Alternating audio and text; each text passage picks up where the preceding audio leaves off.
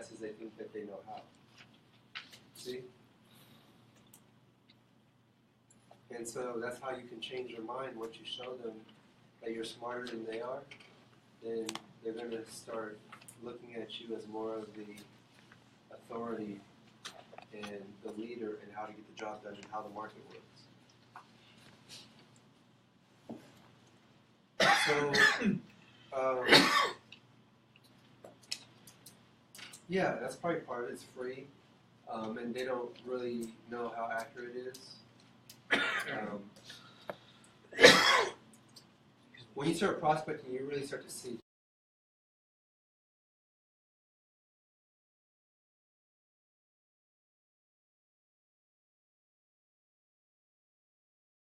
To be clear in argumentation is you got to be clear about what the person is saying. So the two books that we're using is the Sales Playbook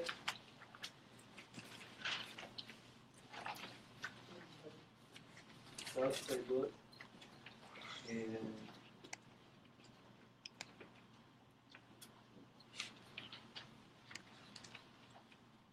the For Sale by Owner Bootcamp.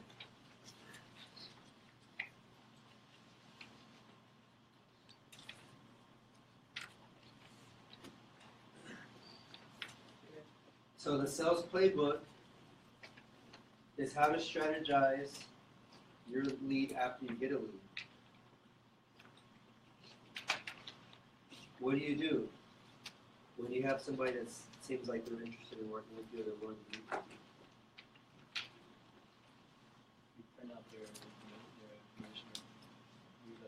Well, yeah, you have to start analyzing the deal and start putting together. Well, when you go sit down with someone to list their house, what do you have to talk about? What's that? Speak. Everyone stand up. Let's stand up for a minute. Get your energy flowing. Get your energy up. Start taking a deep breath.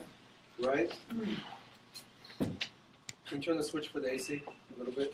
There you go. So, anyone had a listing before? Anyone got a listing appointment? Do you know what's on the listing contract? Yes or no? Yes. Yes. No? No. Or not me. No? Okay. Well, there's going to be how long the agreement's for, what the listing price is going to be for, and what your commission is going to, what your agreed upon commission. So we have to have an agreement on price, right? Yes. Okay. So when you get a lead, you have to know as soon as possible what's the value of the property.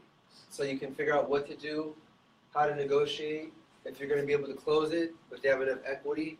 That's the most important thing to do with the lead. The sooner you can figure that out, the sooner you can navigate on the phone your conversation, because it's all geared to setting up and creating a deal that's going to close. Make sense? Yeah. Okay. So we have to understand the pricing, and we have to understand a lot of people are using opinion, which is also what the AVM is, and the appraisal is also an opinion as well. It's just supported with more facts. Okay? So what we're going to do is we're going to have the role play session. We're going to continue the art and science of argumentation, changing people's minds. This is what people do, the lawyers and attorneys do in courtrooms, persuading juries, and when they're going back and forth, lawsuits, all this stuff, right? We're building a case, we're destroying arguments, and we're just understanding how influence and how conversations are put together, how our agreements are made, right? And when people are trying to convince you what's really happening. Like one thing that did happen, Brian, is that Nas flipped on you. Yeah. He took control, he started qualifying you, and he took the speed and the tone, and then he was like dominating the conversation, right? Because he started asking the question. Because he saw where you were going, and then you weren't doing it strong enough. And then he's like, well, you know the area, you should know, like, what are the addresses in the area? Have you looked at it before you called me? So he started qualifying you, he put you on the stand, right? So we gotta be aware of those type of things, okay? All right, so you guys have, if you want to stand, continue to stand, we can have a seat, but every once in a while, just stand up. Because when you're working your business, you need to know where's your energy at. People are going to respond to your energy, like Cheryl said, when you and Mario were role-playing. When his energy came up, your energy came up, right? So that's why I said don't sit down when you prospect, stand up if you can. Keep the energy up. exercise, drink water, have some coffee, right? So let's just get back into it again. When you're talking about sales and you're talking to somebody, anybody, sales or not, whenever two people have difference of opinion or perspectives, that conversation is an argument. You don't have to be yelling and heated and all that, although that did happen, but it doesn't have to be that to be an argument. Argument is just two differences of perspectives, and one person is trying to say why their one is more valid or more stronger, or why you should agree with them, and then that's what ends up happening, okay?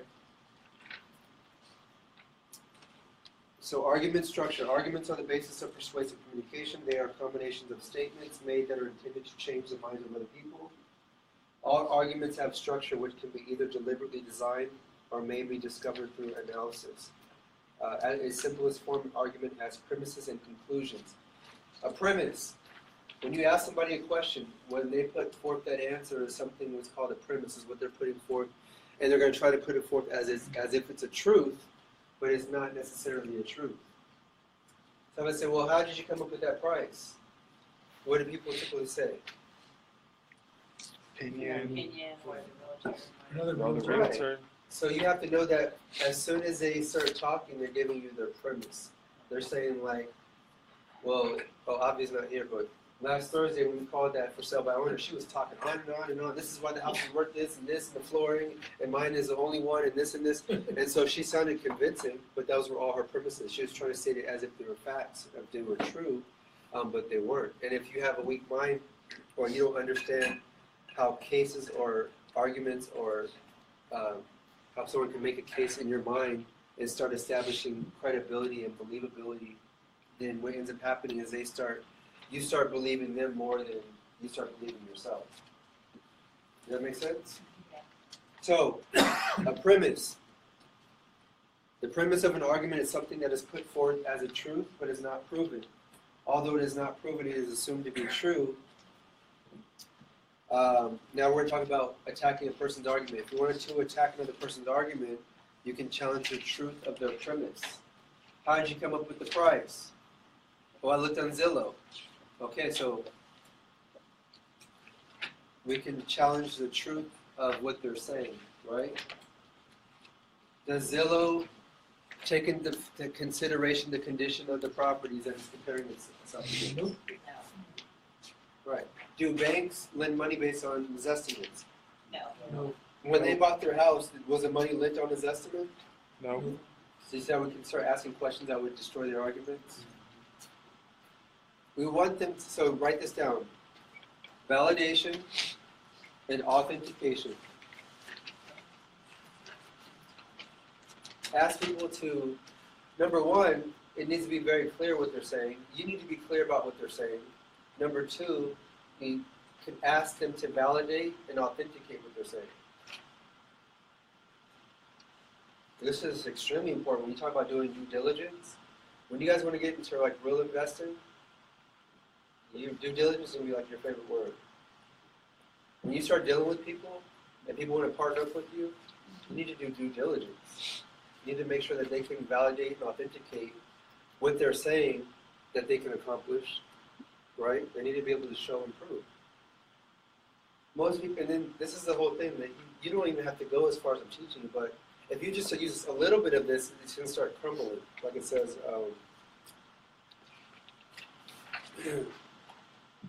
making an argument. One of the first things to consider when building an argument is the structure. Like a house, if a house is well structured, it will withstand the flaws in the detail. However, if you build a house with a deck of cards, just walking by it or a little breeze can knock it down. So what I'm saying is that if you ask them to start validating and authenticating what they're saying, they're not on this level. So it's going to just start crumbling and falling down right away. You're going to learn to fight with facts. A lot of people are trying to fight and defend their price opinion with their emotions. But as soon as you start using facts, it starts crumbling. Write this down. Documentation beats conversation.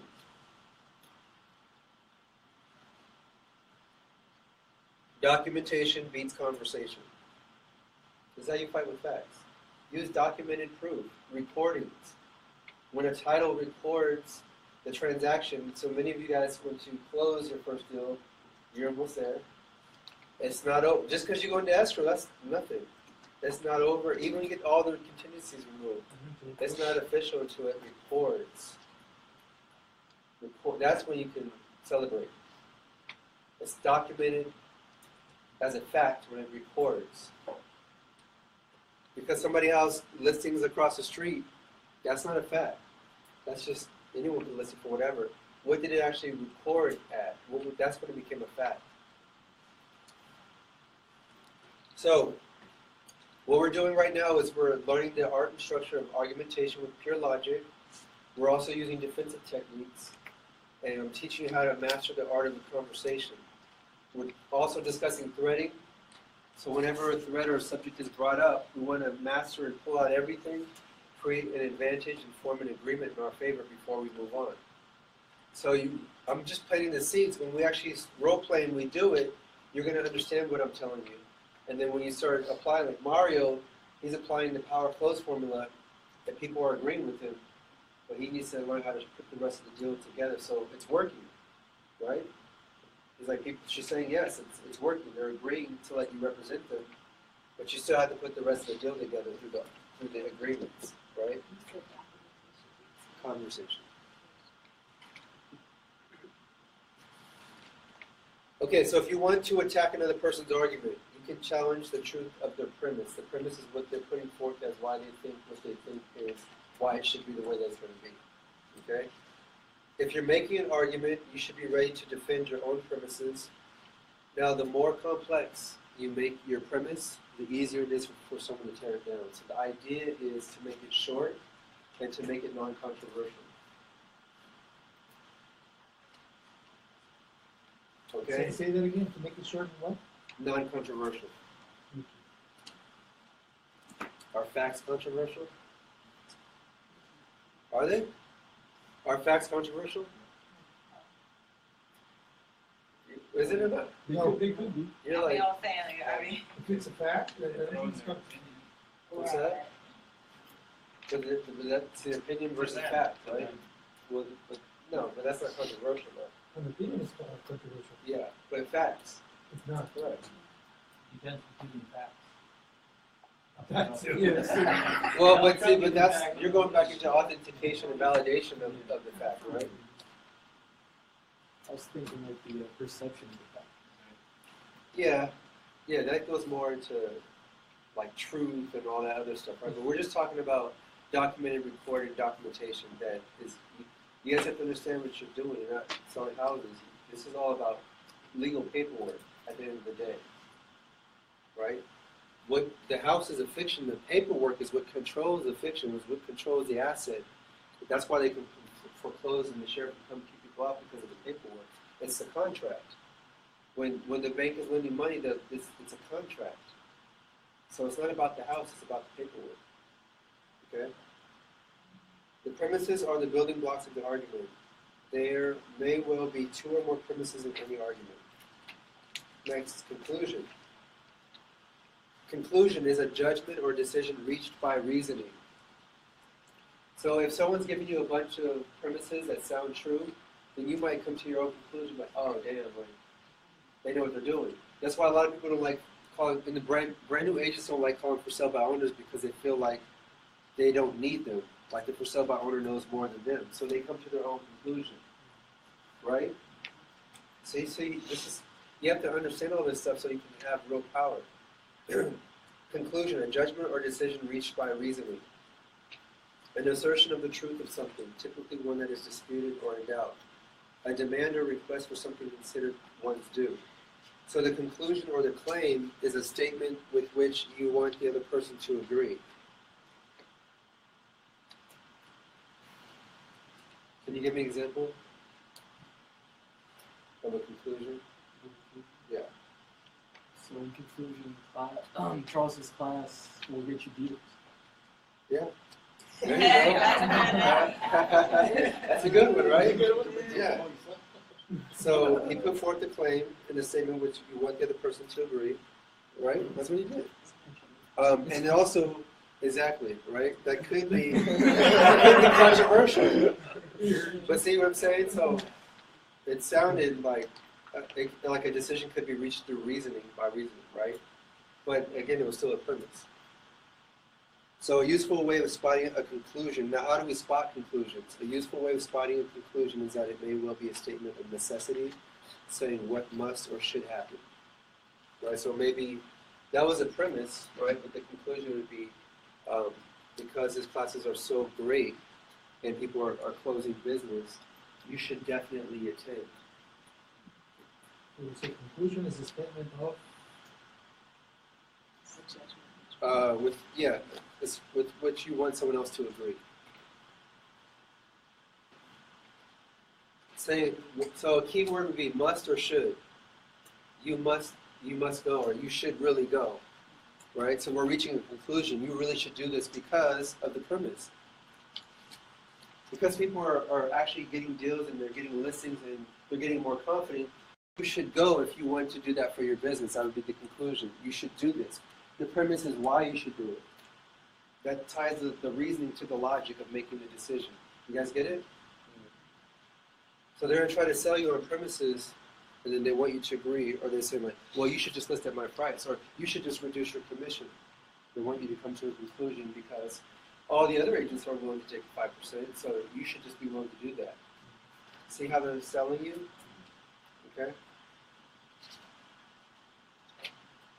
Okay. So, Cheryl, come on up here. And I want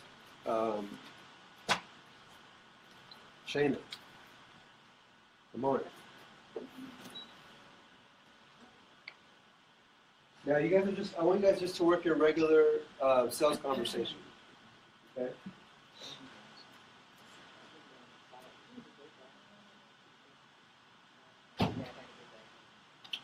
Okay, let's go. Hold on, are you calling it a fizzball or expired? Expired, that's right. Yeah, no more ringing the phone. Just start your intro. The person, No more ringing? Okay, no more ringing. just get right into it. Hi, Sheena. This is Cheryl. I was calling about your home. Is it still for sale? Yes, it is. Are you an agent? Okay, number one, what is she doing wrong? That's the intro. What do you? I didn't hear you guys. What's she doing wrong? The intro. Is that Quizma? Yeah, that was a physical. I gotta get used to the expired. I'll try it. No, let me go. So what is it? Physical or expired? We're doing expired. Oh, We're doing expired, so I was doing a physical because I That's do what happened to you physical. last time also. Yeah, because I do physical. Okay, then I want you to grab your Fizbo script. Everybody sign in? So I want you guys to come to class like you would when you're building your business. Bring all your books, bring all your scripts that you're doing because we're building your business in it. If you write your own script, bring it. If you're using one of the scripts that I gave you, bring it. You understand what I'm saying? Come to class as if you're going to work so I can help you build your business.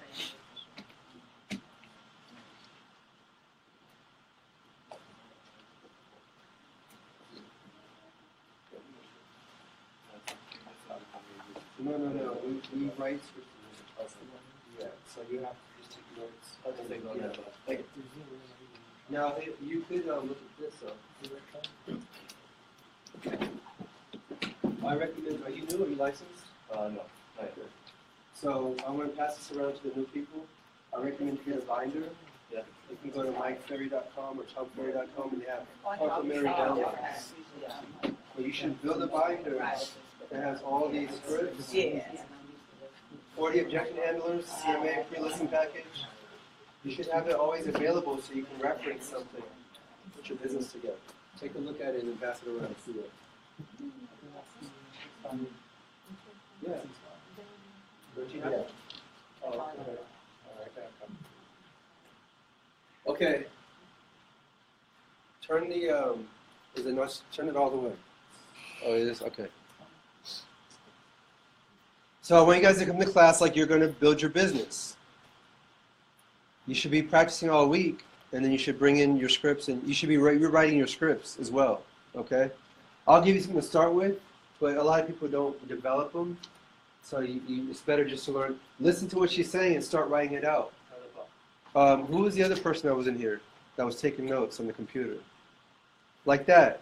You know what I'm saying? Like I'm in advanced international business finance, and we're in there. We type out everything that's being said because we want to remember it, right? So take good notes, but take them in a way that you're going to be able to apply them later, right? So if we're working on the script, then write out what's being said in the script. Write out all the strategies and the nuances and all the mechanics of the script so you can master the script. Don't just rely on audio. Write it out, type it out, visualize it, rewrite it. Okay, so let's do the script. Let's hear your sales conversation. Hi Shayna, this is Cheryl. I'm calling about your home on Main Street. Did you get it sold or are you still accepting offers? I decided to take it off the market. Oh, okay. Why? Did you get any offers on it? Are we calling physical or expired? Expired. Okay. Go ahead. Well, I did. Because I want to be clear. I thought you were Yeah, I calling just physical. said Main Street. Okay. Yeah, no. All right, go ahead. I have to expired. No, I decided to take it off the market. Oh, okay. Did you get any offers on it? I only received 1 or 2 offers, and it wasn't what I was looking for. I have it on sale for $650. Hold on, Cheryl. Come on. You're acting like a brand new newbie. Come on, you Well, guys. I'm trying to listen to what she When was we saying. call the expired, if they say no, it's on the market, it's not for sale, what do we say? Full price offer, would you consider? Oh, and I asked you. How many offers did you get? Yeah, so. Also, you ask, will you accept the, If I full price was offer? full price Full offer. price offer. If you accept. This is good though. Okay. This is motivating me to do what I'm really supposed Okay. All right, so since we have some new people in here, I'm gonna show you the strategy that we are using. Does anyone have the, Expired? you have it with the actual flow chart? Oh. Or the flow chart? Expired list? Yeah, you got it? Expired? No, the actual flow chart. Oh. I have it. It's in the expired.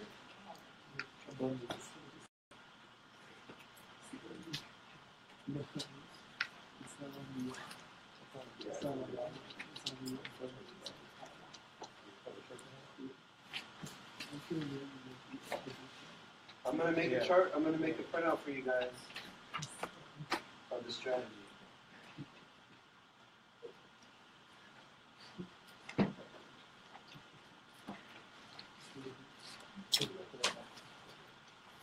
So it is. Huh? Who can make copies? Who's at this office? I would do. Yeah, can you make like 15, 20 copies of this? Yeah, I got one here. So remember, everything that we're doing is strategic. Your business is strategic, right?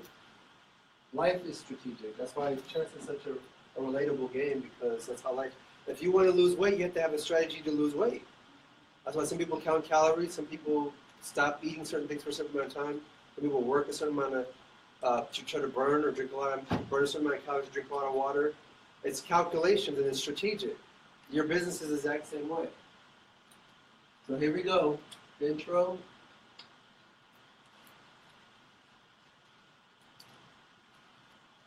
And then we're going to ask up that first question.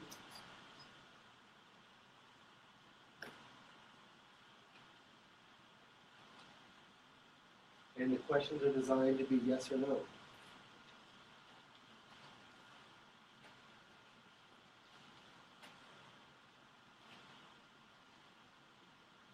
And then you need to be prepared for this, and you need to figure out which way to go.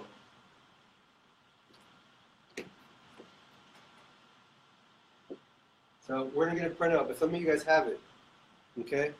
If you don't master your sales conversation, then it's going to be hard for you to master your business. Do you agree? Yes.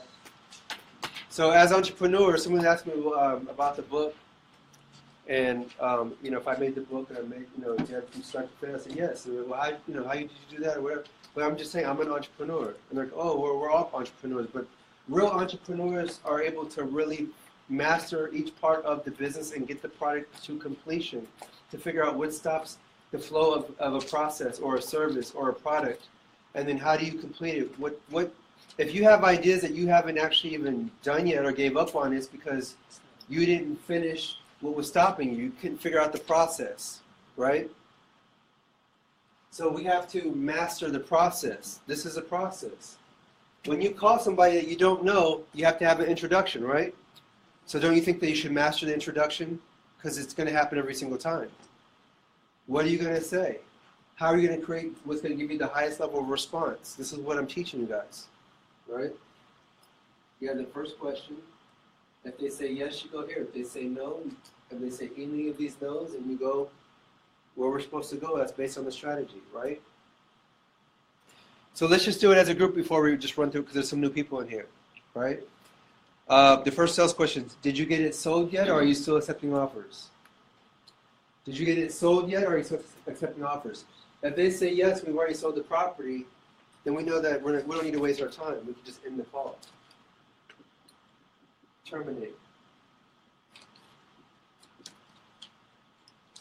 If they say no, it's not for sale, it's not on the market, we're going to appeal to the agree. If I brought you a full price offer, would you consider it? What we're doing is someone saying, oh, I'm not interested, don't bother me. If I can spark their interest and get them interested in the conversation, I can reactivate the sales conversation again. Does that make sense?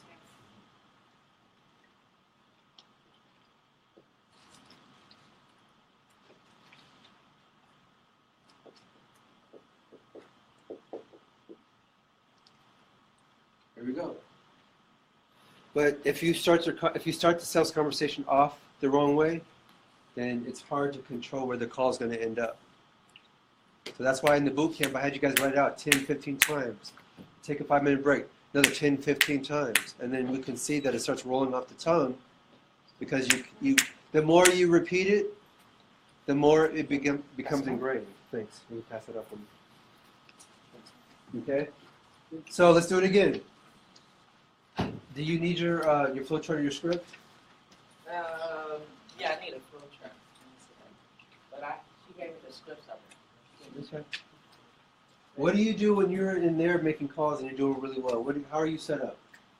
I have my ideal perfect client posted, and then I have some scripts on the side of me to.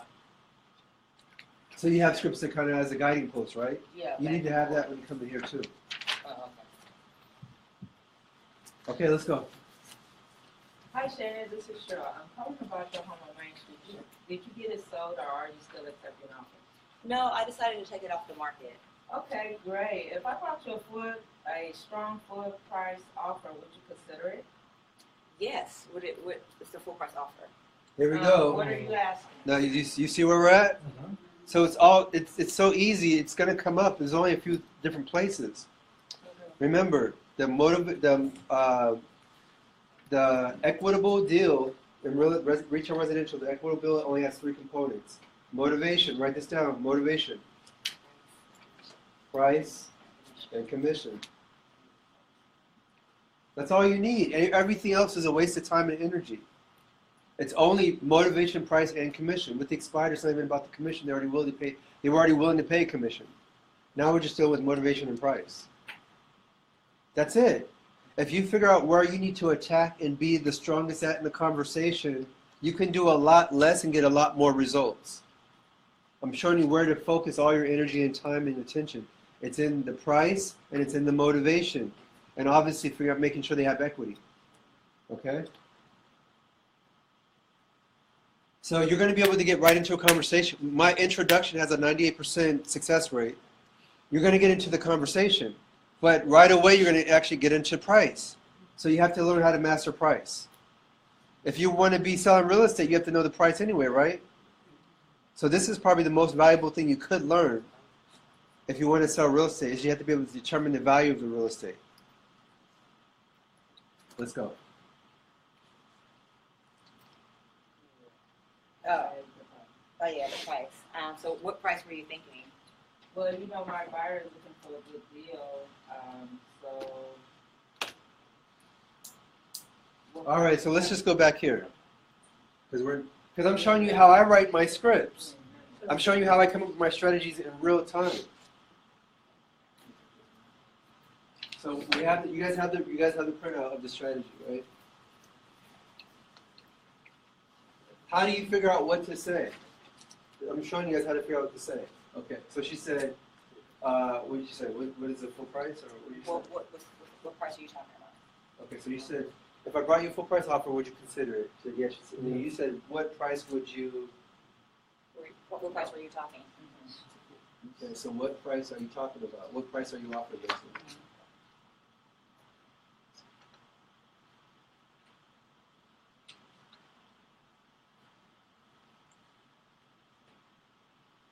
This only happens outside of work. You can never really figure out how to use. Okay. What price are you offering? Okay, so like we talked about last time, what is the price of real estate? What's the real price of the house? Whatever the buyer's willing to pay. Yeah, whatever they're willing to pay and whatever they can afford, right? A lot of people are willing to pay whatever, but they might not be able to afford it, so it doesn't really count. It's whatever they can afford and that they're willing to pay. Yeah. Okay? So, how do you figure out what someone's willing to pay and what they can afford to pay? Send them to a lender. Yeah, that's right. Get it expired and sold. Expired and sold? Sold and No. How do we find out what someone's willing to pay for the property? What the market price is willing to pay for the property? What the offers Oh. are coming in. Yeah. What's going on in the market activity? What's going on in the area? What did you say? What the offers are coming in. Exactly. What? Okay. What offers are coming in? What are people making offers at? What are they saying? I'm interested at this price. Okay.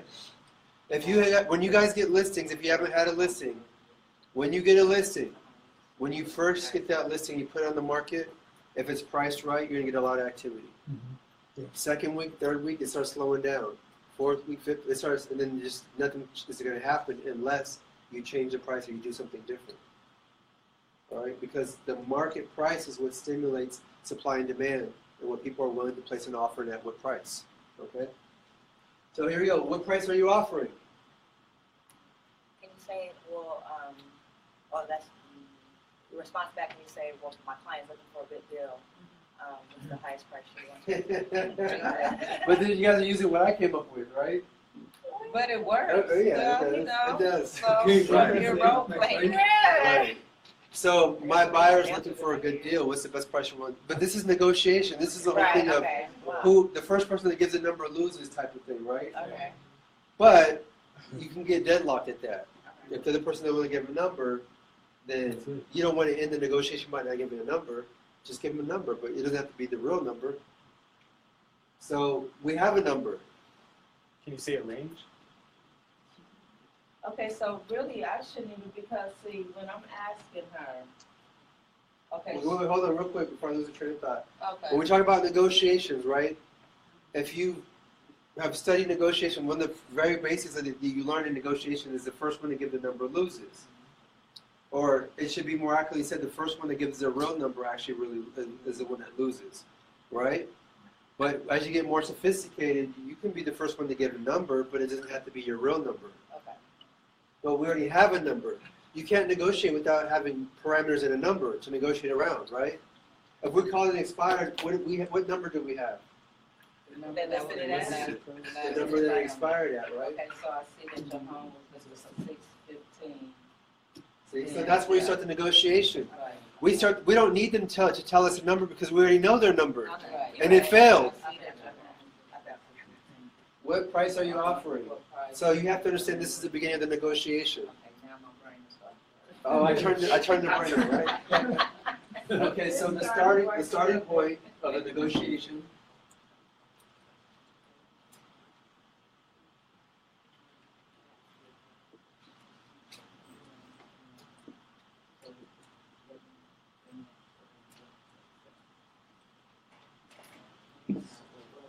So if you say, well, what's the best price you're willing to accept? And they say, well, what are you offering? We already know their number. That's what they already had on the market at. So let's go a step further. Let's advance and go beyond that psychologically. So what price are you offering? So then now we can just start at the negotiate at their number. Well, you had your home listed at this price and it didn't sell. Or exactly, or we could say, what was the highest offer that you got? Okay, what was the highest offer that you got when you had it on the market? Well, we got, what price you guys at, 615? Well, the highest offer we got was 585. If they would have came up to like, 595 or even 600, would you have accepted that offer? So now we're getting to move down on the price already, right? I'm just showing you the strategy, but you guys can come up with your own strategy, but have a strategy.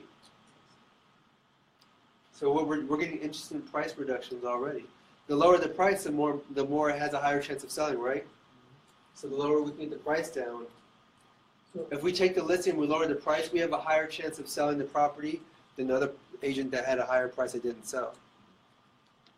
Every time, the more it comes down, the more of a likelihood that you're going to be able to get it sold. Okay, so let's go. Let's try it. What are you going to say? Okay, I see that you have your home listed at 615. What's the highest offer you received? I received 575, and I really want 615. Oh, Okay, here we so go. if I bring you, Hold on. See, this is why this is the threading technique. That's why you use the script as a guiding point, but as soon as you start the conversation, you thread off what's being said. What'd you say? She really wants to. Okay, so that's the conversations, whatever they say. You thread up off of that. I really want 615. Right.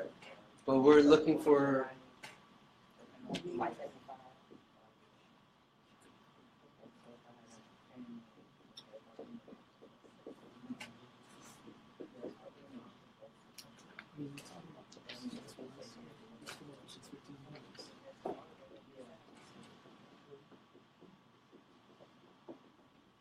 Here we go. Okay, so I want you to thread off everything that she's saying.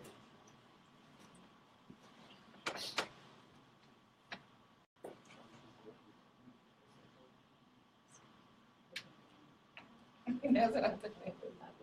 Let's see what you guys got. Okay, I see you have your home listed for 615. What's the highest that you will accept? Well, I really want 615. No. Oh, I you already said there wrong. already? Oh, no, I said it wrong. Oh. Okay, I see that. Oh. Yeah. What's the highest that you have received? Oh, it was 575. Okay, here we go. Okay, great. So, Let's say, but I really want 615. Oh yeah, but I really want 615. okay, so if I bring you an offer for 600, would you consider? I would actually. Okay, but I want you to address what she's saying. What's she saying? I really want 615. Why do you want 615? Okay. Or how do you come up with that number too? Like, that's a. Oh, yeah. How do you? No, but I want you guys. No, I want you guys to let them work up here. Okay. Because again, it's easy back there, but when you come up here, for some reason, you guys can't think the same thing, right? So I want them to work because that's how they're going to grow. Okay, so you said you really want 615.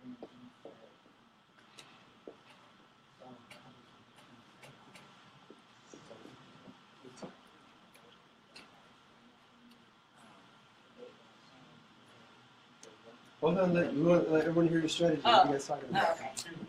So what were we saying? Okay, I asked you,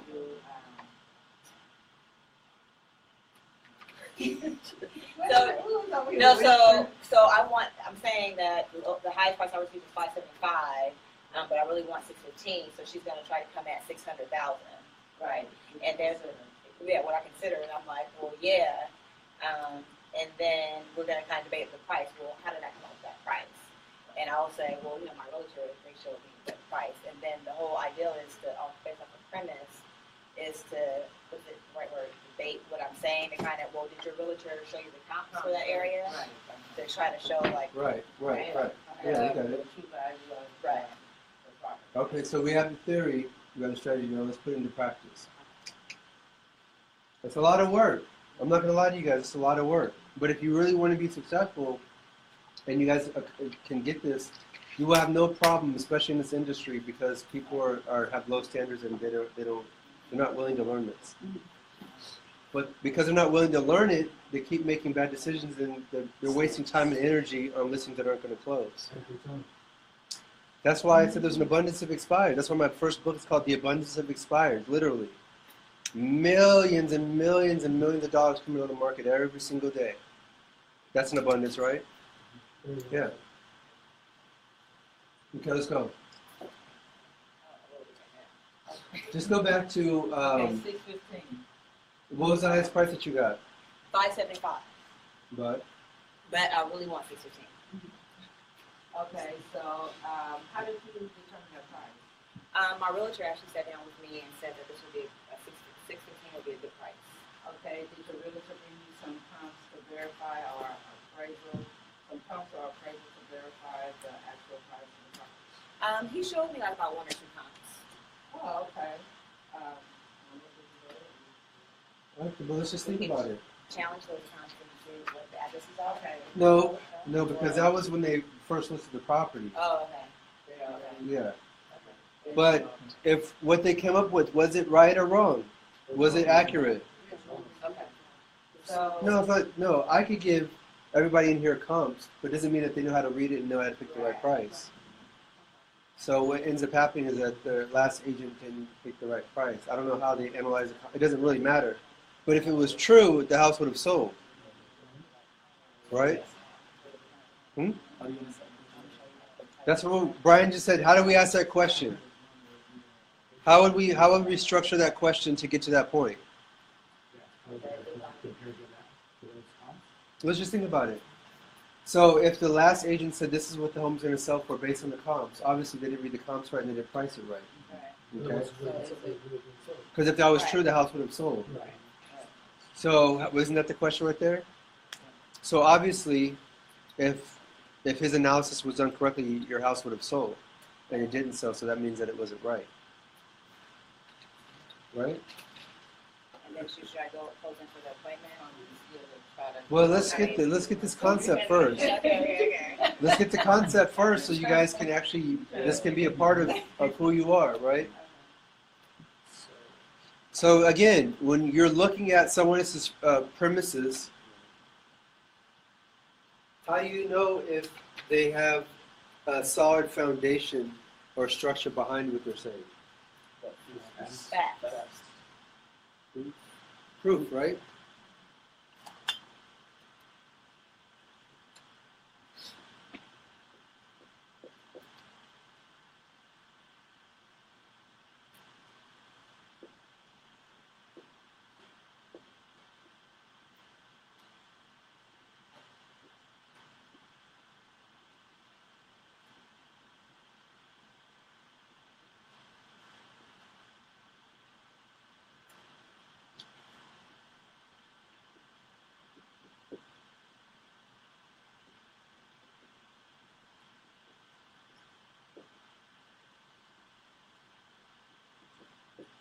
I mean, this stuff, like this even relates to like stocks. You know, like what I'm learning right now is I'm learning how to put stocks together. The analytics behind putting a stock together and then being able to sell it, I'm just doing it with real estate. But I could do it because I have the mental capacity. I'm just teaching you guys how to understand this stuff. You have to understand how the marketplace works. What is the marketplace? You have to understand how it works. So when people say things, you can just let them know that that's not how it really works, and then you can back it up and then show them how it really works. With facts, fighting with facts. If it's true, it will always prove itself in the marketplace. So if the last agent came up with the value, the market price based on comparables or based on their CMA, if it was the true price, it would have actually sold in the marketplace. Right? So how did you come with the last price? Oh, the last agent sat down, showed me some comparables of, of what the home should have sold for. I got it. But the home didn't sell. So you know. Right. See what I'm saying? So it's not true. So you can just say it in a very simple thing. Right, but the home didn't sell though, right? So that means that wasn't the real price of the home. I just destroyed it with facts. And they have to agree. But your home didn't sell. Yes, I agree, it didn't sell. So now I have an agreement. So you can just say it directly. Yeah. Right, Yeah. that's what I'm saying. Because if you do anything else, you're just wasting time and energy, and then you're going to lose a person. But ultimately, you have to realize your main objective is to build agreements. That's how you get the contract signed. If I can solve this problem, will you let me list your house? Yes, that's the agreement. If I can, how much do you need to move into your next home? I need $200,000. Okay. If I can get you $240,000, will you let me sign your house right now? Yes. Sign the contract. No problem. I'll sign the contract. So it's an agreement. If I'm telling you how things work, that's fine, but I don't have your agreement. The whole purpose of telling anyone anything is to get them to make the agreement. That's what bonds it all together. So that's why I said you want to formulate questions, because the questions will help you get the agreements. You don't want to tell them, oh, well, this is how it works, and this. Okay, that's cool. All right, now what do we do next? Well, you did this. Okay, but so how do you close? You have to close with an agreement. The closing is the agreements. So I'm teaching you how to master everything should be an agreement. Every thread should be an agreement. But your house didn't close. Yeah, I agree with you. You're right. It didn't close. That's an agreement. You just ask, like, well, the house didn't sell. You could say like that too. But you have to sharpen and refine how you're going to do it. Sure. Because if you keep saying, well, people will get pissed off if you keep saying, well, do you agree with me? Yeah. You agree, right? It'll work a few times, but you keep doing it, they're going to get upset with you. That's why you say make a statement, but then ask the question. Exactly. Right? Or you can do it in a way where you don't have to say, do you agree with me? They just agree with you. Yeah. So it's all evolution. I'm taking it. Okay. So I'm teaching you advanced stuff, but you can start there. Okay. So, well, the house didn't sell. Sophisticated. Right. Right. So the house didn't sell, would you agree? Would you agree that the house didn't sell? Because then you could change it up or whatever, but when you get it more sophisticated, that's why even in court, you don't even have to say anything, because it's called acquiescence, where you, through protest if you don't protest or say that you don't agree, then your silence is in a form of admittance through protest, which is called acquiescence. So you really don't even need to get them to agree when you get really more sophisticated, right? Okay. If it's true, it will always prove itself in the marketplace. So now you can just destroy the argument right there. So let's do that. So she said I sat down with the realtor. And they did show me some comps. So let's destroy that, Cheryl. Okay, Shayna, the agent showed you some comps, but are you sure they were correct, because your home didn't sell? So is it, yeah, do you agree? Well, yeah, you're right. Okay, so. Okay, now hold on.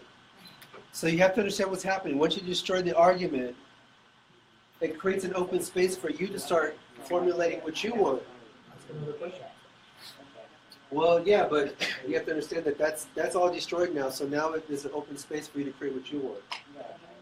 So now we just destroyed the 615 price. Do you understand what's happening? Oh,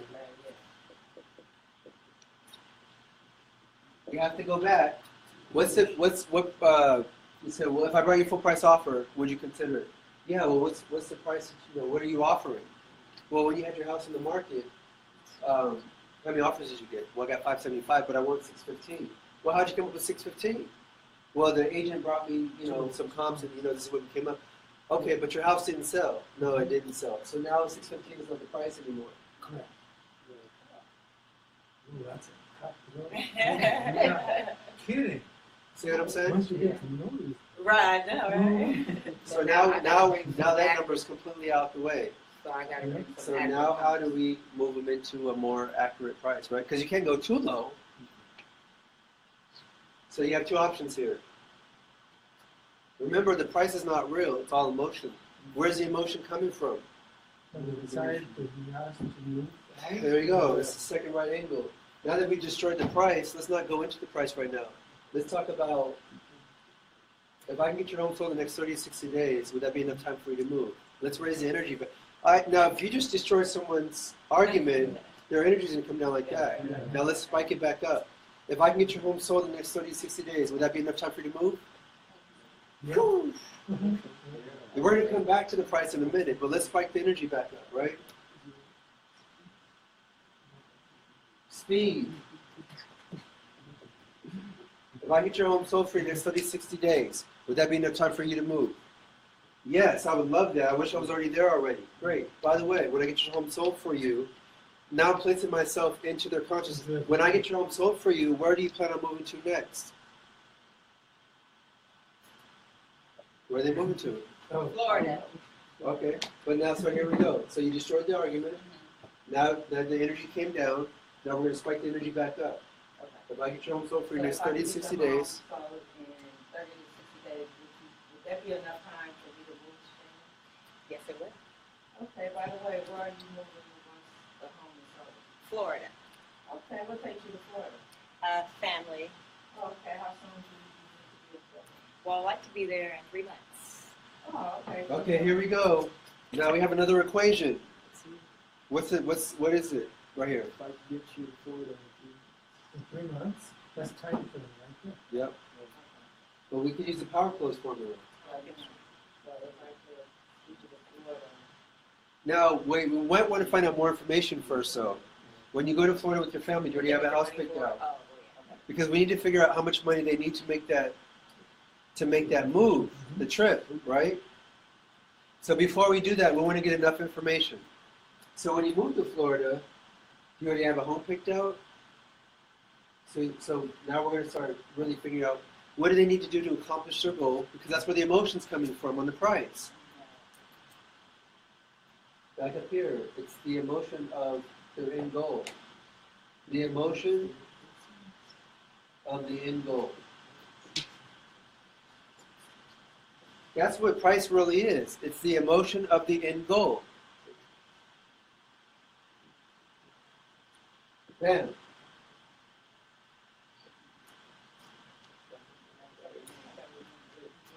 Right. Okay. Florida. I'm gonna say, girl, you gonna take?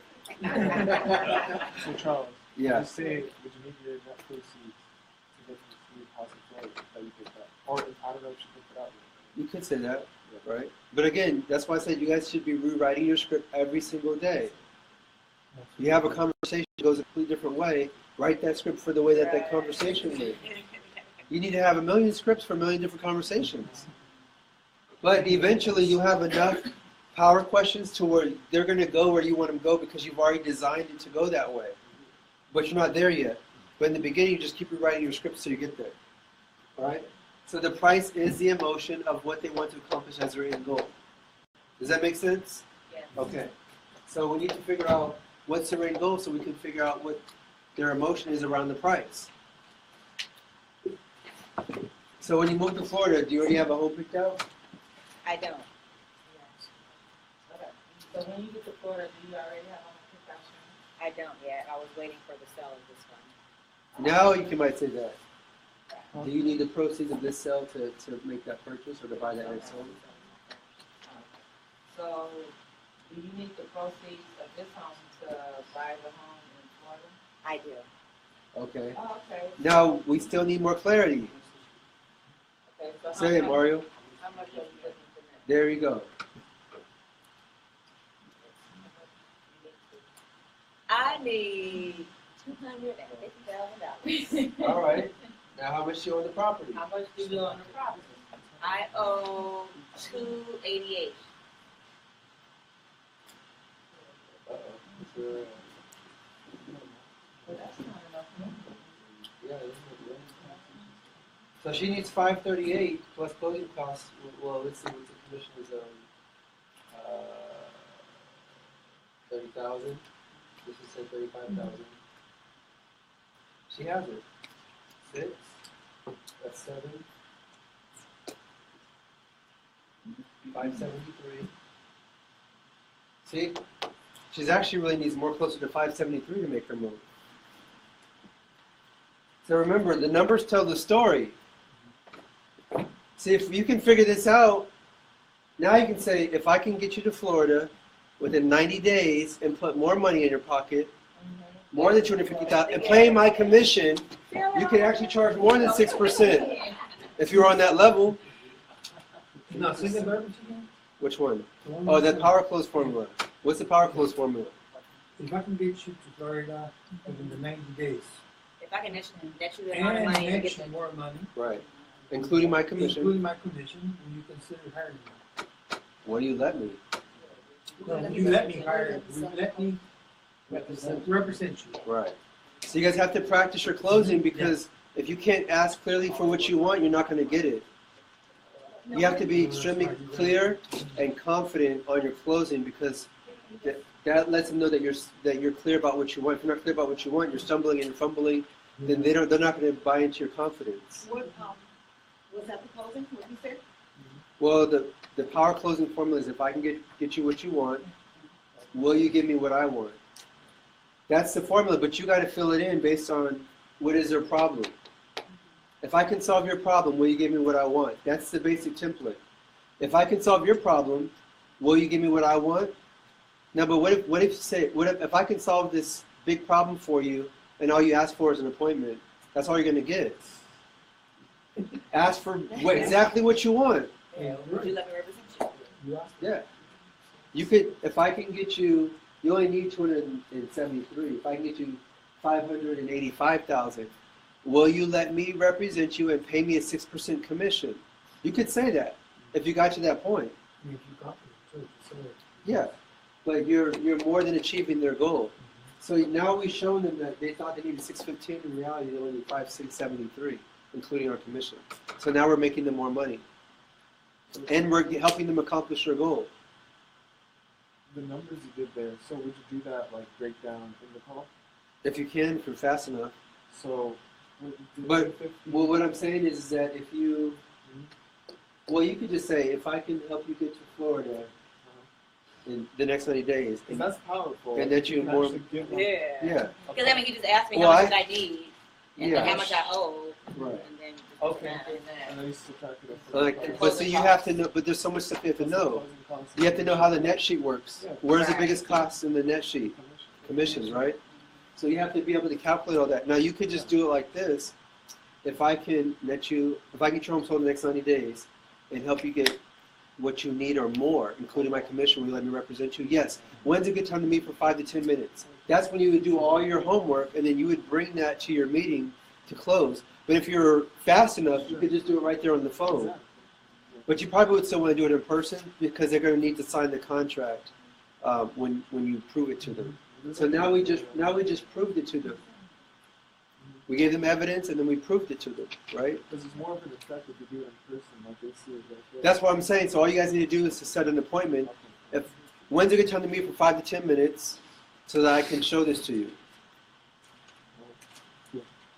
If I can prove to you that I can get your home sold in the next 90 days and put more money in your pocket after paying my commission, will you let me represent you? Yes. When can I come over for 5 to 10 minutes to take care of that? Because now you just prove it. And they've already agreed that if you can prove it to them, that they're going to sign the contract. And now you know you can do it because you understand the marketplace.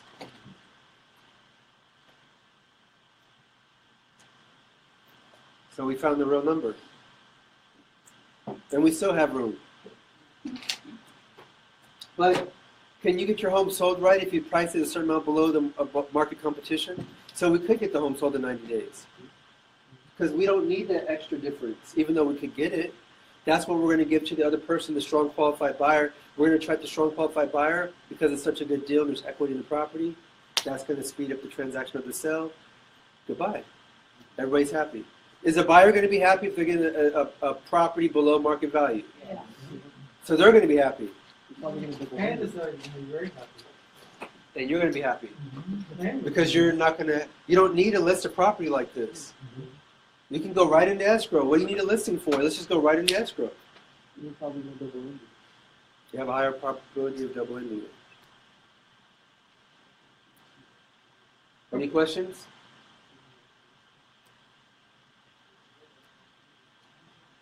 All right. So we have this on YouTube. YouTube Live is recorded, so you can come back and watch this. Facebook. I mean, Facebook. Yeah. That's next, right? Google Play, Google, You can actually do that on YouTube too. You can go live. and it will save it. You go live Okay. everywhere now. Yeah. I'll give it to you guys. Yeah, I'll give it to you because it's like Yeah, YouTube's live. that's next. Either play Google Play out, Google Play, or Hangouts, or YouTube Live. YouTube Live. YouTube. Because it saves it right there. Yeah. I know. I saw these little hearts flying across the side. What does that mean? That means people are liking it. Oh, okay. Or loving it. For the heart. Someone loves you, Charles. All right. He's like, I heard. So let's go back here. Did you guys? Okay, ready for the call? Yeah, let's do it. Okay. Okay, Shayna, if I could get you what you need and get you to Florida in 90 days, would you let me represent you? Yes. Okay, so when is the best time we could meet so I can show you this proven plan to make that happen? Tomorrow, 2 o'clock. How's that work? Okay, great. So I'll call you. I'll see you tomorrow. Perfect. All right, come in. Cheryl, I want you to tighten up your closing. Okay. Just like you write the script, you have to write your closing over and over and over and over and over again, so it's like smooth. Okay? Shayna, this yours? Or? Okay, Mario, come up here.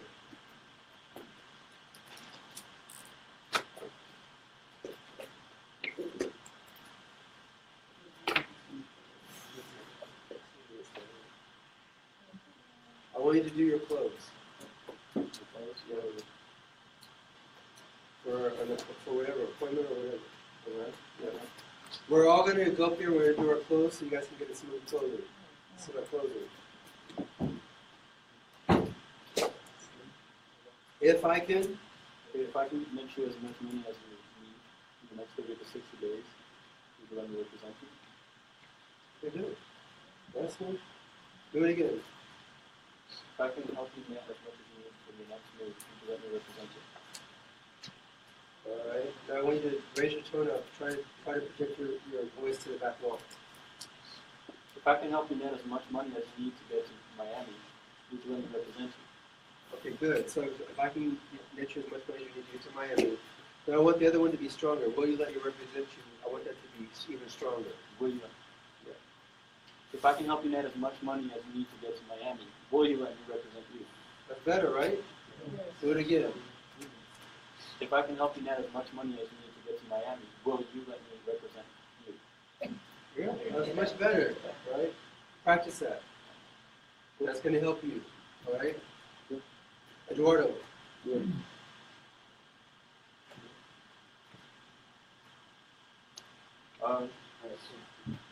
So if I can prove to you that I can net you more money, including my commission, will you let me represent you? Good. Do it again. If I can prove to you that I can net you more money, including my commission, will you let me represent you? Much better. You see him take a step forward? So we talked about the body language, right? And he's working on it. Good job. Really good job. I want you to keep practicing it so you master it. So there's nothing to think about, right? Brian, come on. Well, watch the body language too. In the expired boot camp, we talk about body language, which is about 75 to about 84% of communication is body language. Are you stepping back? Is your voice coming down? What's your shoulders doing? How's your head leaning? But if you step into it, that's a form of strength and confidence. Okay, Brian, let's go. If I can net you more money and get you a house in Florida after my commission, would you let me represent you? Do it again. If I can net you more money after my commission and get you a house in Florida, would you let me represent you? Okay, so on the last part, I want that to be stronger than the first part. If I can net you more money after my commission and get you a house in Florida, would you let me represent you? All right, that's all right. Yeah. So, but now, I like what Eduardo said, because he said if I prove it. Because if you prove something, then when you go to ask for what you want, it should be like extreme confidence. Because there's no doubt. If I prove something, then there's no doubt. So I could just go in like a maniac, right? Because what are you going to say? I already proved it. I'm just giving you guys the extremes, because you can't go to the extreme, but if you feel like you're going to the extreme, you're going to bump up a little bit. So try that. So if I prove to you. If I can prove to you that I can get you in Florida and make you more money after my commission, will you let me represent you? Is that better? Give me a hand. Come on, Lydia.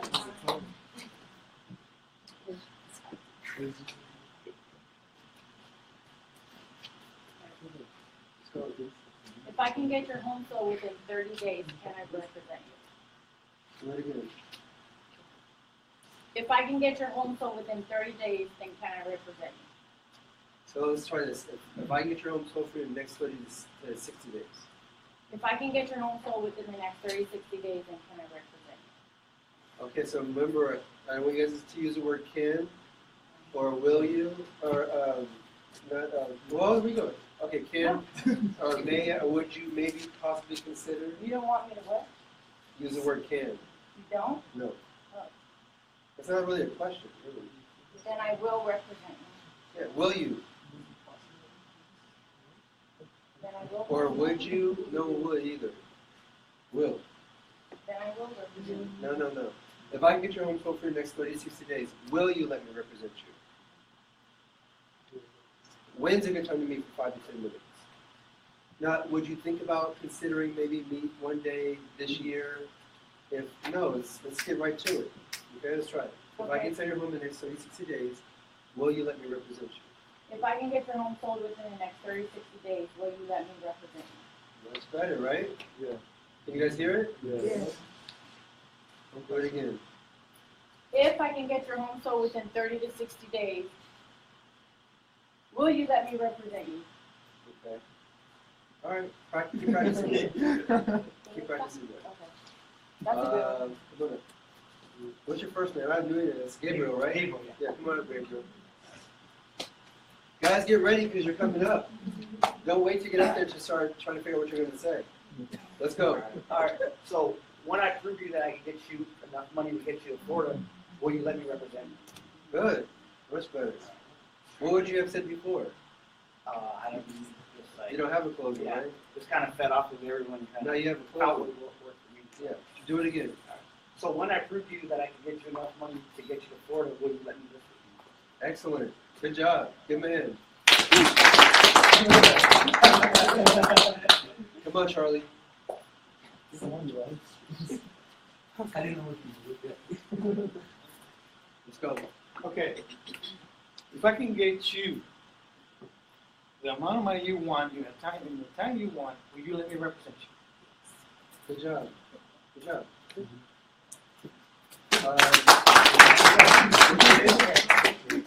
Oh, Craig. Come on up, Craig. Take me a few times to get you out of there. Craig, what office are you in? Bellflower? Okay. All right, let's go. If I prove to you through a thorough market analysis that I will net you more money than you need in the sale of your home, including my commission, you agree to my representation. Okay, so we're a little too long and wordy. I always say that and just Can I shorten represent it you? up. Can I represent you? Yeah, but everything you said before that. Okay. All right, if I prove to you that I can net you more money than you need in the sale of your home, including my commission, can I represent you? That's better, right? Let's do it again.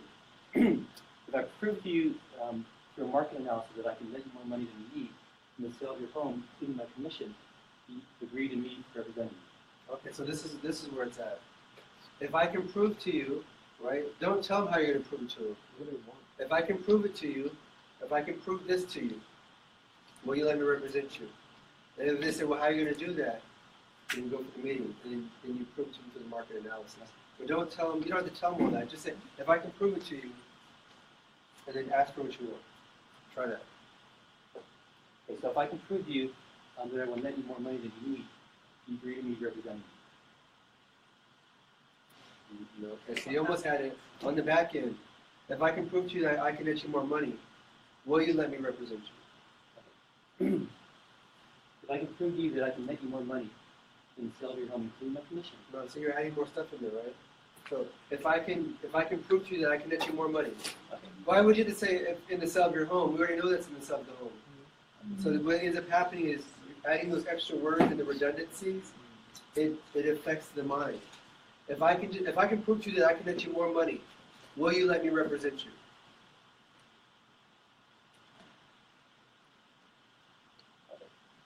if I can prove to you that I can net you more money, do you agree? Will you Will you let me represent you? Right, do it again.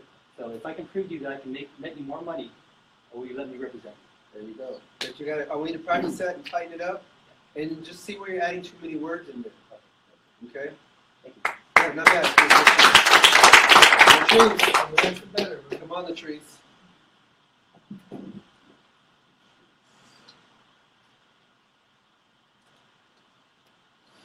I'm gonna have to watch that back. Why I did that on the board?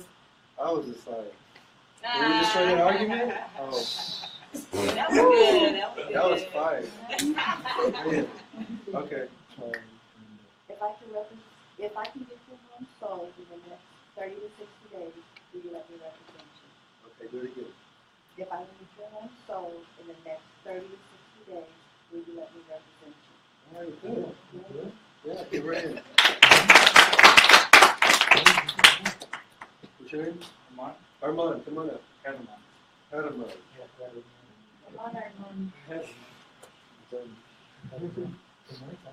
Let's go. If I can prove to you that I can net you more money, That's all right. if I can prove to you that I can net you more money after my commissions, will you let me represent you? That was good. Do it again. If I can prove to you that I can net you more money, It's all right. This is why we have to practice. Because you don't want to be in front of somebody for like $1 million and then do this. You're going to have to do this 10, 30, 40 times so that when you get there. Right? Hold on, let me. Just act like you're talking to someone. Yeah. if I can prove to you that I can net you more money, It's okay. Look at Charles. Here, just, Charles, just, look at her. just put the script down. Yeah, because you know what the objective is. The words are getting you tied up. Yeah. Just do it without it. if I can prove to you that I can net you more money after my commissions, will you let me represent you?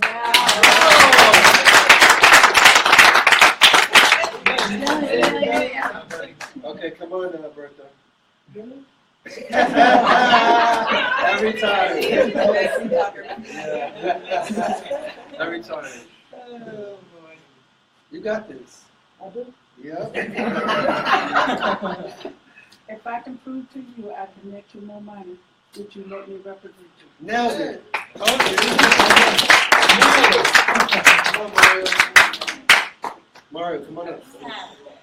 We already went. Who was the first one? Oh, okay, all right. Picking on me? That's white. Yeah. If I can get your home sold in the next 30, 60 days and net you the amount of money that you need, and including my commission, will you let me represent you? Good. All right, do it again. Do it again. Okay. If I can get your home sold in the next 30 to 60 days and net you the amount of money that you need, including my commission, will you let me represent you? Be a powerhouse. All right. Come on. What's your name again? Dion. Come on up, Dion.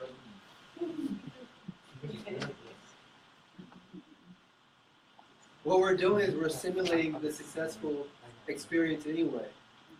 The mind doesn't know the difference between imagination and reality. So if you keep experiencing, if you keep simulating the experience that you want, then the mind will start believing it because it doesn't know the difference between reality and imagination, right? Just like if you can start imagining, like you're sucking on a sour lemon and your mouth starts sliding and it starts getting all the taste buds, right? Or if you imagine someone scratching a chalkboard, that sound would start making your body react to it. But it's not happening. So by having successful practice, successful experiences, and simulating the reality so that your mind will start believing it. So, If I can prove to you that I can net you more money after my commission, will you allow me to represent you? Will? yeah, don't doubt yourself. You don't have to doubt yourself. Yeah, I want you to trust yourself. Okay? If I can prove to you that I can net you more money after my commission, will you let me represent you? Yeah, yeah. But what's going on right now? Tell me what's going on inside your mind. What are you thinking about? You not just trying to think. Yeah? Okay. So let's do it again. So And just take your time if you have to. represent, Yeah, so is it the word that's throwing you off? Then you can just say, will you list with me, or will you let me list your house? Would that be easier? Yeah, maybe. Okay, let's try that. If I can prove to you that I can net more money after my commission, will you let me list your house? Okay, good. So I want you to use that. Don't use represent. Will you let me list your house? Okay, do it again. If I can prove to you that you will net more money after my commission, will you let me list your house? Good, give her a hand. Good job. I want you to keep practicing it, okay? I want you guys to do this about 10, 15 times. Write it out about 10, 15 times. What's your name? Lamar. Come on up, Lamar. I'll get you next.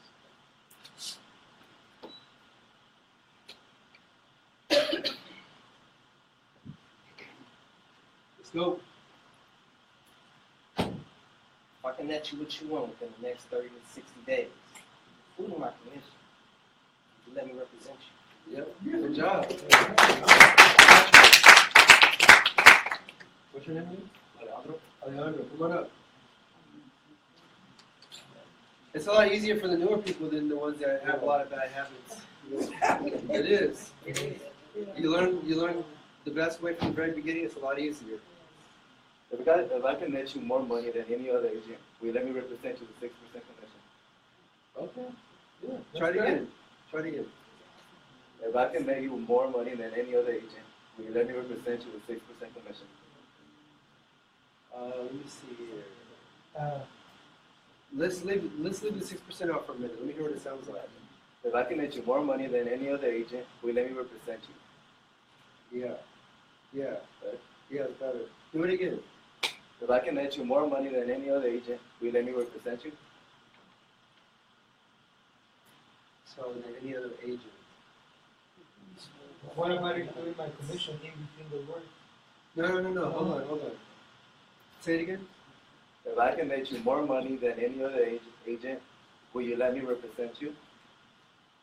I guess that could work. What is it? I noticed something. What is it? It's the upswing. Yeah. Is that, I'm trying to figure out where it's at, right? So where's the upswing happening? Will you let me represent you?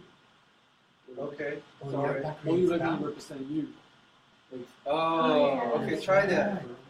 I couldn't figure out. It wasn't sounding right. So try to bring your tone down on represent you. If I can net you more money than any other agent, will you let me represent you?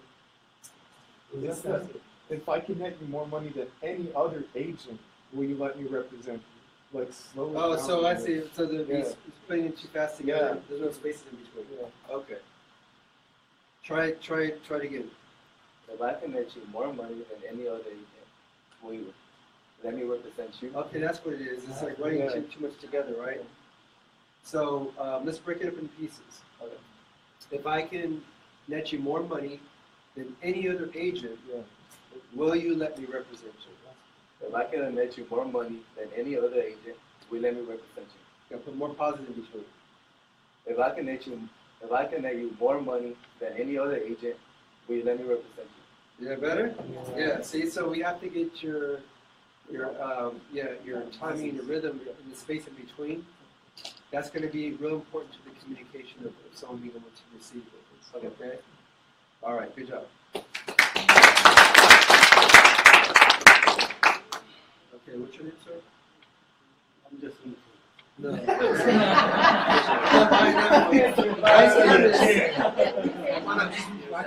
You're a observer? We're all observing. Destroy that argument, right? Yeah, there you go. Okay, let's go. When I can prove to you that you can make more money to move to Florida, will you allow me to? There we go. Good job. Good job. Tell me your name one more time. Phyllis. Come on up, Phyllis.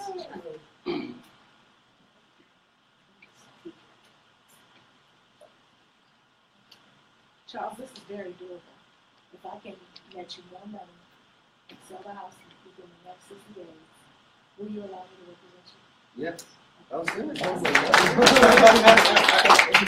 See, that's what I wanted. So she made it her own. It was natural. It was her. And then she caught my attention, right? So that was really good. Good job. Come on, Cheryl. Don't you laughing? That was really good. What I miss? Let her own natural way. Okay. Here we go. If I connect you, no, if I show you a proof of plan that I connect you the money that you need to get you to Florida, would you allow me to represent you? There we go. Yeah. Do it again. If Make it shorter. short term memory. Make it shorter though. It's easier to remember for shorter, right? If I connect you the money that you need to get to Florida, would you let me represent you? See? It's much better. Can do it If I again. can, if I connect you more money, That's all right. if I connect you more money, no, if I can show you, if I connect you the money that you need to get to Florida, would you allow me to represent you? There you go. But you gotta do it again. So you need to slow down too mentally. Yeah. 'Cause my brain Not is as far as how you're saying it, but you slow your mind down. Yeah, it's going. My Just brain slow down. is going too fast. Yeah. Just take a deep breath. There you go.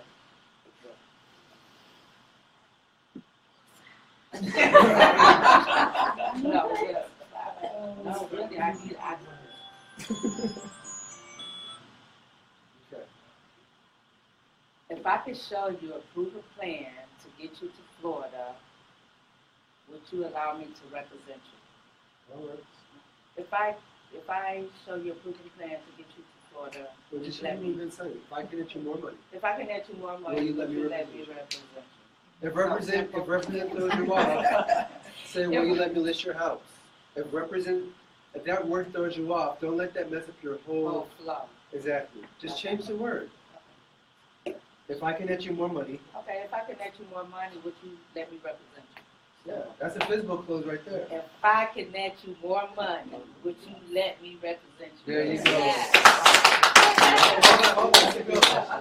Now she's getting confident. Yeah. My brain is that air into my brain. Okay. If I connect you the money that you need. More money. Okay, if I connect you more money, would you let me represent You gotta practice that. Okay. If I Just write it. I want you to write that out 20 times. okay, if I connect you more money, Lord. Yeah. If I Come on, sit if I down. can, okay. Yeah. Just practice it. Just write it out. When you guys write it out, it straightens out the thoughts in the mind. Come on. Come on. You're not gonna have to write it out. Write it out. You know, at the very beginning, when you're starting the conversation about, and you're saying if I could bring you a full price offer. Yes. So that right there doesn't really matter, because all you're trying to do is to get to the listing. You know. Not necessarily the listing. Your point. Well, what I'm saying is, you're saying, No. if I bring you a full price offer, what if they say you have a full price offer? Right. But what we're trying to get to is to see if they're actually really motivated to sell it, if they're so interested in selling their house. Okay, That's all I really want to know. Yes. That's the only reason we're saying Yeah. that. Okay. We're not going to have a full price offer for an overpriced expired listing, but it's going to see if they're really serious about really selling or not. Then they say, okay, well, what are you offering? Then we need to talk about either the price or where they plan on going to next and what they really need to accomplish that. Because that's really what the price is not. It's not a fixed number. It's just what do you need to accomplish your goal, and what can we sell for that will make someone want to buy your house, and that's all it really is. You can't be stuck on this because So we have to unwind it by figuring out what's the emotion behind they think they need that price. I already know what it is. No. They're operating in fear because it's the biggest asset that they have and they're afraid of making a bad decision. Because that's all they have usually. Most people this is all they have. Yeah. So I don't want to make a bad decision with the biggest thing that I have. Right? Right. If all you had was your house and you're in your later years and you mess up and you sell it for like $200,000 less than it's really worth, that would be a big painful decision that would hurt for a long time. So that's why we have to show them that we're smarter than them, and that they're not going to leave money on the table, but we're also going to get the job done, and they're going to be happy with the whole process. Because somebody could say, let's say somebody wanted 615, but their house doesn't become worth 615 for another year and a half. What's the time value? What's the cost of a year and a half of your life towards a goal or a dream that you really have? Now we're talking about the time value of money, right? This is a different calculation. But what I'm saying is that the price isn't really real, but you have to understand the reason why they're emotional about the price is because they're afraid of making a bad decision, because usually it's all that they have. It's the most valuable asset that they have. So then now we can work with them from where they're at. What's that? What's 1.5 years? Oh, everyone take that. What's 1.5 years of your time worth? Right? So somebody had to offer for $585 to get like an extra $30,000. Is it really worth that a year and a half of your life? Depending on why you need to make that move. Like I said, if it's an ill family member, you might not have a year and a half for someone that's on their deathbed. It's like the lady that I helped move to Nevada to see her terminally ill sister, and she was on her way out. I helped her make the move, and then she got to spend time with her godkids and her terminally ill sister, and then she passed away 3 months later. So I helped her accomplish the goal, but she was in big fear. She wanted to sell for like 1.4 and all this stuff, and it just wasn't really worth that. But the situation, the equity and the time situation collapsed, and then she sold it for what the market price was, and I helped her make that move. So I helped her accomplish it. So if she only had 4 months to live, you're gonna let a few $100,000 versus the most precious last moments of your life stop you? What? If I was to die in the next 3 months, I'd be I'm just saying, you got to figure out what's the motivation, because that's where the emotion is, and then what's the cost of that, like the one you have, Lydia, in Manhattan Beach, Hermosa, the guy wants to go to his RV, whatever. It's like, is that whatever that extra amount of money is versus what's really going to cost to sell? Is that worth the last few years of your life to travel around the world?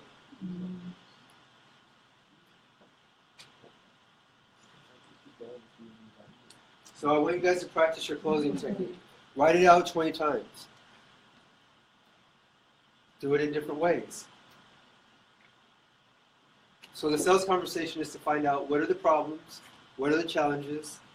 If I can solve these problems and challenges for you, will you give me what I want? What are they going to say? What are they going to say? Yes. Yes, every single time.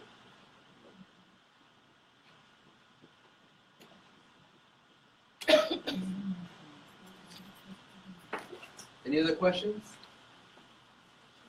I worked you guys today, didn't I? Are you guys tired? No. Again, All right, Lydia, come on up. What we've been working on this week. I have a question for you. Come on up. You told me to ask you. Oh, yeah. Sorry about that. Yep. Come on. All right, so Lydia, you had, first of all, you were stuck on NODs for a while, right? This man does not let Bridges go. No, he does not. Let it go, Charles. Oh, you were stuck on NODs, and then now you finally saw the light, and now you're moving to FISBOs, right? But you're much happier because I'm just saying this. When we did the professional, No, I understand what you're we did the math. We did the mathematical on each area of trying to generate business, from farming to working NODs to open houses. It's all mathematical. We did the math. Yeah. And now you're experiencing it, so you're getting a lot better results working with for sale by owners, right? Yeah. You're getting more appointments. Right. You're having more motivated people. You're finding situations to where there's time constraints. Okay. Yeah. So Prismos is working a lot better for you. Now we need to focus on strengthening how you put the deal together, so that you can get your first deal because you're getting really close. Yeah. Now what we're working on is destroying the price when people come up with a price versus what you have for the price. The last lady, what she was in Frisco. She lives in San Francisco and she has a house in Long Beach. Her tenants are moving out next week, but she has to do some cosmetic repair because the tenant's been there for like 8.5 years. So she bought the property in 2004 for $700,000. So right now the property's only worth $689, and she owes $480 on the property, so she only has like $200,000 in equity. So what she's trying to do is she's trying to get back that $700,000. So she wants to net $715 and make some profit off it. Right. So I was telling her, based on my numbers, it's not going to sell for that much. She already had a listing agent. I just went to the appointment. She told me after once I got there that she had a listing agent. Well, you asked her how she can make the price. And I asked her, and she kept saying, "Oh, because this is the only house with the open floor." And I had to. This is a premise. You're gonna get it. No, all. I'm serious. This is what If she you was guys are saying. I was prospects, just you're like, gonna get this all the time. This is a premise. And she kept saying, "Oh, there's this house on some street." And I said, "Oh, okay, sure." Because I just printed out 365 days. Oh no, it's only worth 3 months. 3 months of CMA market analysis. She told me. I was kinda like, and then she kept saying, "Oh, I just put 15,000 into the backyard." And I said, "Yeah, it's a beautiful backyard, but it does. At the end of the day, these are what the numbers are saying." And then she kept saying, "Oh, I'm gonna put another 12,000." She already invested 12,000 to just do like cosmetic stuff around here and there. And I offered her the cosmetic loan repair program, and she was like, "Oh no, I have money." Okay, well I'm just like, You told her, but you kept telling her certain things, and she was agreeing with you. Oh, I told her, I said, so I asked her, I said, so did the agent agree with you? She wanted to list it at $750. And I was just like, wow. I just kind of looked at her like, ooh. Well, you told her though, but you said, she said that she got an appraisal or something like that. And you're like, oh, and then I said, for the end of the conversation, I said, when was the last appraisal you got? She said in 2014. So if you go on Realist, it'll tell you like on the first page, the property profile, kind of say I think it's AVM or something like, just kind of get an idea of an appraisal, you know how much it would be. And she said the amount was like $640. I said, yeah, I see here 640. I said, that was 2014. I said, okay, so why don't you do this? Why don't you get an appraisal to see how much your house is worth instead of wasting your time putting it on the market, That's right. fixing up all this money to your house. And she was like, oh, I'll just rent it again then. Okay, then just rent it again. Why are you wasting your time doing all this then? Look at everything you're doing. She was driving from San Francisco like 14 hours, coming down for a couple of days, then leaving, coming down. I was like, you're doing all this for what? You live in San Francisco now. Oh, I'll just get more tenants. I said, you're going to get more tenants again? You don't want that. She had an 85-year-old man there that was getting, had his caregiver by his son, but he was like looking like he was going to die. It was hot in there. So, so let's look at the situation though, right? Oh, and then I told her one more thing. I said, well, and she kept saying something. She said something like, I forgot. She was talking about pricing. And I said, well, the bank bases on this, which Charles told me. The bank bases on if something were to happen to that house, how much it would build from the ground up. And she just looked at me and went like this. So she was agreeing with what I was saying because what I was saying was true, but she wanted that amount, which I told her I understand that, but you're not going to get that. Right, but at the end of the day, though, it's not really about. We talk about the first part of the script in building your business as your ideal corporate client profile. And we talk about ideal motivated for sale by owner, motivated seller with equity. She didn't really have the equity. Much equity. So she was trying to get back what she originally put into the property. Right. Is that your ideal corporate client profile? No. It's not. So you just walk away. Right. Okay. And then she kept saying, oh, the listing lady, she does like all around Long Beach. She's trying to say, oh, she's the area expert. That's another one that they try to use when they want you to price it what they want to price it. But if you know, if you learn the area expert, I taught you in 45 minutes or less, you can destroy the whole argument, and then you can become the area expert in an hour or less. Right. And then I put her like a list of like country clubs that are around, and like Lakewood Village is real popular in Long Beach. So once you hit Lakewood Villages, the houses go up about 300,000. So I was showing her that. And she's like, oh yeah, the schools are pretty good around here. And I was like, well, the elementary got a 3 out of a 10. I can show you right here. So I was just kind of telling her like I knew a little bit more than the other age. She was just like, oh okay. She ended up keeping my pre-listing package too. Yeah. So, But I'm at the not end of the saying, day, it's like, what I'm saying is you guys don't want to get frustrated with people who are going to get you a lot of place with you, especially if they're not going to put my profile. So don't get frustrated or angry, just realize that, oh, this is just what the person, and they can't do it because she's actually going to lose money. she's losing, she's bleeding money right now. So because let me she's find already- somebody who has 250,000 plus in equity to work with.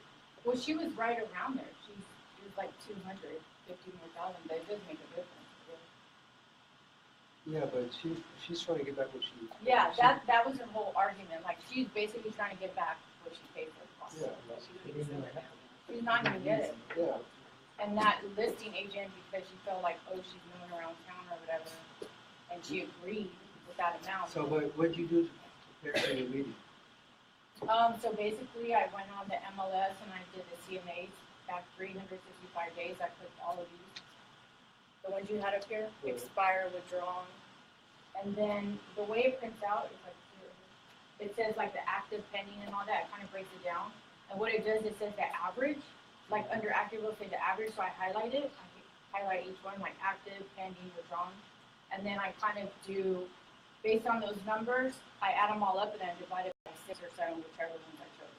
And that's how I get mine. So, but when you did all that research, did it help you to understand what is actually happening in the neighborhood? Yeah. And then I went to on greatschools.org, and it kind of tells you, I searched within 2 miles of where she lives of all the elementary, middle, and high schools, and I chose public, private, and charter. Right. So now you're starting to know the area. You know what the schools are called, what the ratings are, Yeah. the private, the public. So now she's starting to become an area expert. And you should anyway, because this is like their main area, right? That you want to focus on. Well, that one's Long Beach, and I got there like an hour earlier just to see how far she was from the freeway. That was another thing that she did that I thought was really good. I went to, there's like Starbucks, there's a lot of places. Yeah, if you have an around appointment, you should either do it the day before or show up like a couple hours early, or at least an hour early. Drive around the neighborhood, see what's close by. Is there a school? Is there something that might be affecting the value of it? If there's like a factory or something that's backing up or that's right around it, or if it looks like the next street over is like real dusty and dirty, and this street looks nice, but then the streets around it are not as nice. You want to know, like, just take a minute. Plus, if you're there early, you can be relaxed before you go to your meeting as well. Yeah, and then I looked up like beaches that were nearby. Too. I think one was like Shorewood. Okay. It's like a couple miles. Yeah. And then I looked up country clubs. There was like 4 or 5 country clubs within 5 miles radius from her.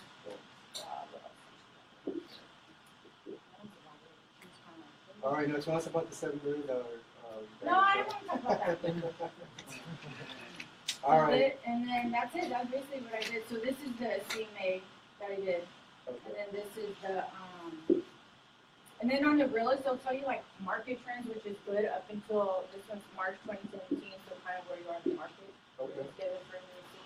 And this one is the. But just make sure you property understand detail. it. Make sure you understand the trends and how they're. Yeah, median sale price of tax, percentage of properties purchased, median sale price to current value. So it tells you all that. Yeah. So at And then least when you're this showing one- somebody, you can show them how they're coming up with the price, how they're finding the median price, what is the time frame, what is the square footage, what is the range of the square footage, so you're not comparing something that's 1,800 to like 5,000 square feet, right? Oh, that was another thing she said. She said, well, the way you did your market analysis, was it based on how many bedrooms? And I said, yes, 4 bedrooms, 2 bathrooms. There you go. See? And then that one property, she said, oh yeah, the house over here. I'm like, where? It's right. It should be, it was over here. And we could never find it. We were just talking about it. Right. All right, so give Lydia a hand. Keep up the good work. Keep on your for sale by owners and keep tightening up your pre-listing package. And just keep looking for the motivation and equity. Yeah. And you'll get it. I called one today and he was like, they're not the 508 and Was it simple? I was like, yeah. That's what I told him, yeah. That's what happens, right? When we do number there. Exactly. I told them they're gonna call. If you want want to be a salesperson, then your job is to take all the calls that come in. So what should I have said that to him? With a for sale by owner, you can just treat him like a salesperson. And he goes, I have to go. I go, go where? Where are you going? I thought he had to leave like somewhere, like somebody was wrong. No, I'm going on vacation. I was like, oh, okay. When are you coming back? Oh, I don't know. And you can just question their motivation. So I mean, it's just like I said, but don't focus on that. You want to focus on the person you're looking for. Did you listen to my other one? Which one? This one that I did. The guy was like, oh, I just put on market if you want me to would go for it. I was like, okay, have a good day. Did you? No, did you send it today? No, I sent it like last week. I probably listened to it last week. But keep doing what you're doing, and just keep focusing on what does that ideal perfect person look like, so you don't get frustrated with people that are not it. It's not about focusing on what you don't want. It's about just remembering what you do want.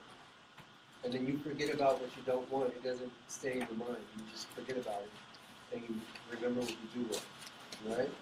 Like when she was telling me stuff, I was looking at her like, ooh, I don't know. See, I have a But problem what I'm with saying is you're staying stuck on what you don't want.